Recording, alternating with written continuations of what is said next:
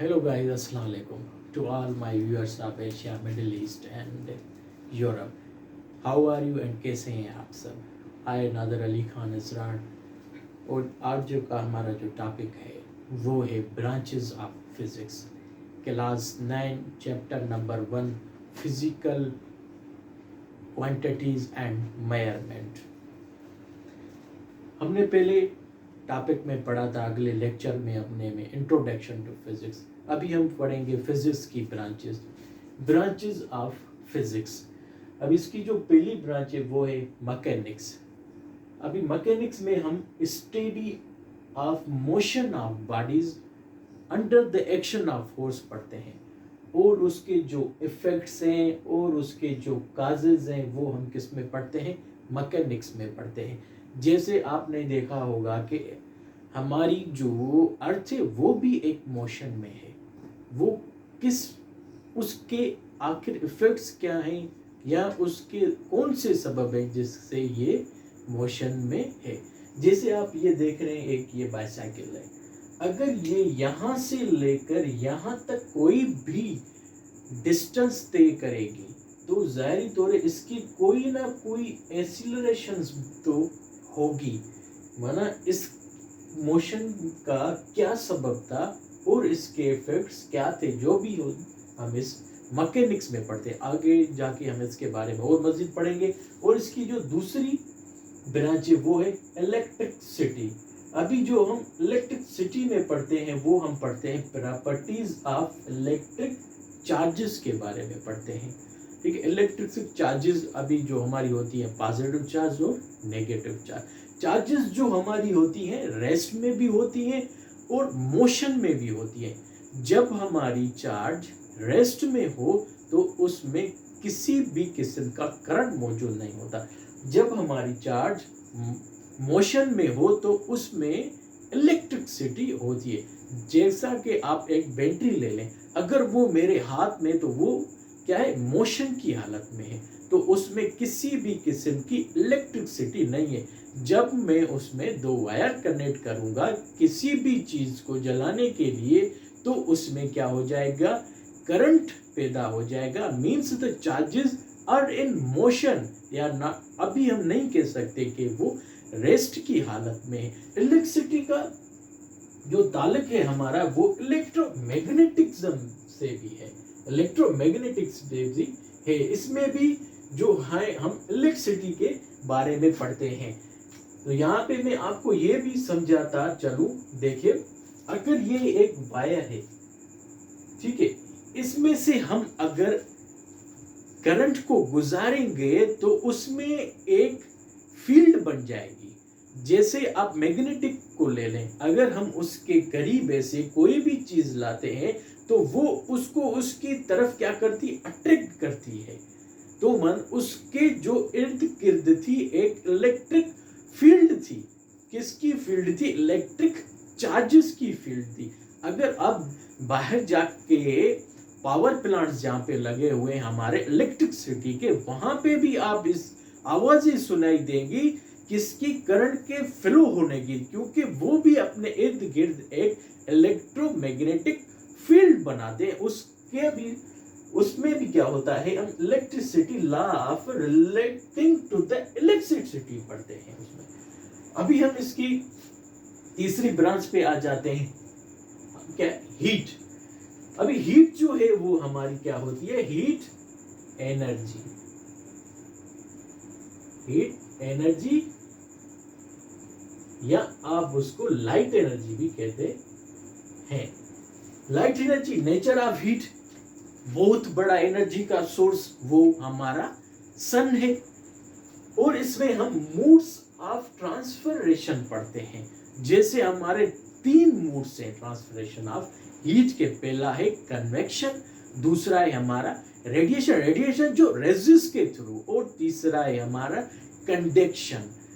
और हम इसमें उनके इफेक्ट्स के बारे में पढ़ते हैं, उनके कौन से असरात है हीट के। जैसे आपने सर्दियों में महसूस कर, वही हीट होती है किसकी, सूरज की वही हीट होती है, हमें कम महसूस होती है। और गर्मियों में वही हीट हमें ज्यादा महसूस होती है, वो क्यों, जो भी है वो हम किस में पढ़ते हैं, इस हीट की ब्रांच में पढ़ते हैं। उसके बाद हमारी जो फोर्थ है वो है साउंड। अभी मैं बोल रहा हूं, मेरी आवाज जो आप तक पहुंच रही है, या कोई भी स्पीकर या इको से आवाज निकल रही है जो किसी हद तक कहीं पे पहुंच रही, वो कैसे ट्रेवल कर रही है, उनकी कौन सी, वो उसमें कौन सी वेव्स पैदा हो रही है, वो जो है वो हम साउंड वेव्स में पढ़ते हैं। जैसे वो वेव्स हमारी क्या लीनियर है, जिसको हम लॉन्गिट्यूड कहते हैं, या हमारी वो वेव्स ऐसे मूव कर रही हैं।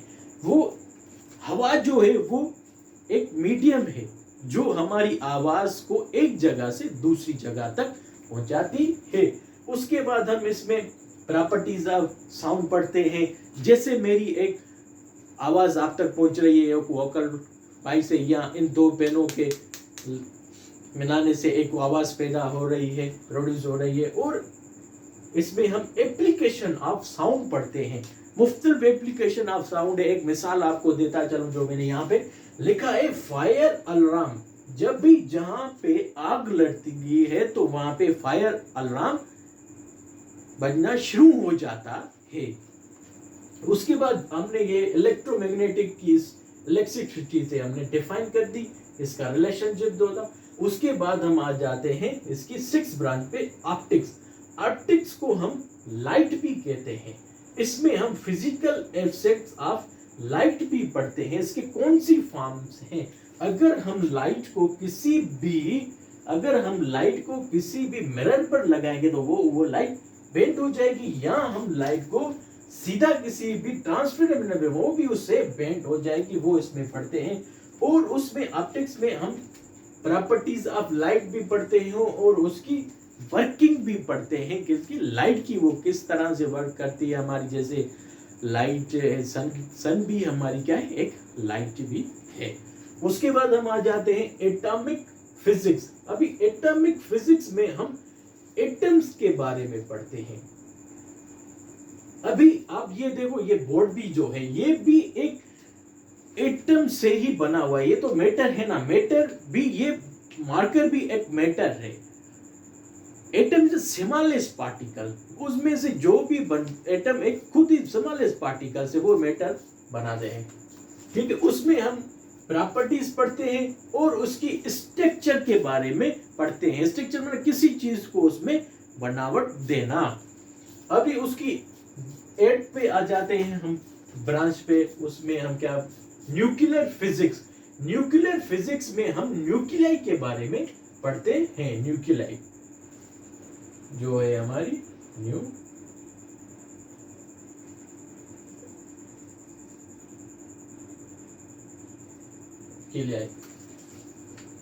इसमें हम न्यूक्लियर रिएक्शन जैसे हमारा फिशन और फ्यूजन हो गया, और हम इसमें प्रॉपर्टीज, बिहेवियर और इनके पार्टिकल्स के बारे में पढ़ते हैं। जैसे हम कोई भी अगर एग्जाम्पल ले लें पीरियोडिक टेबल में से, जैसे यहाँ पे हमने लिखा कार्बन, और ये इसका जो है इसका न्यूक्लियस है।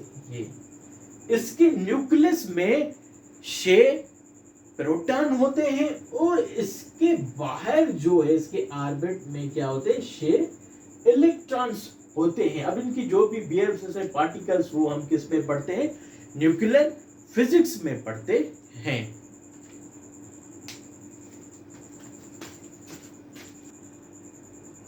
दोस्तों अभी इसकी जो 9 ब्रांच है वो है प्लाज्मा फिजिक्स। आपने 3 स्टेट ऑफ मैटर सुनी होगी, पहली सॉलिड, लिक्विड एंड गैस। ये मैटर की 4th स्टेट है। It is the 4th state of matter, जो होती है आयंस।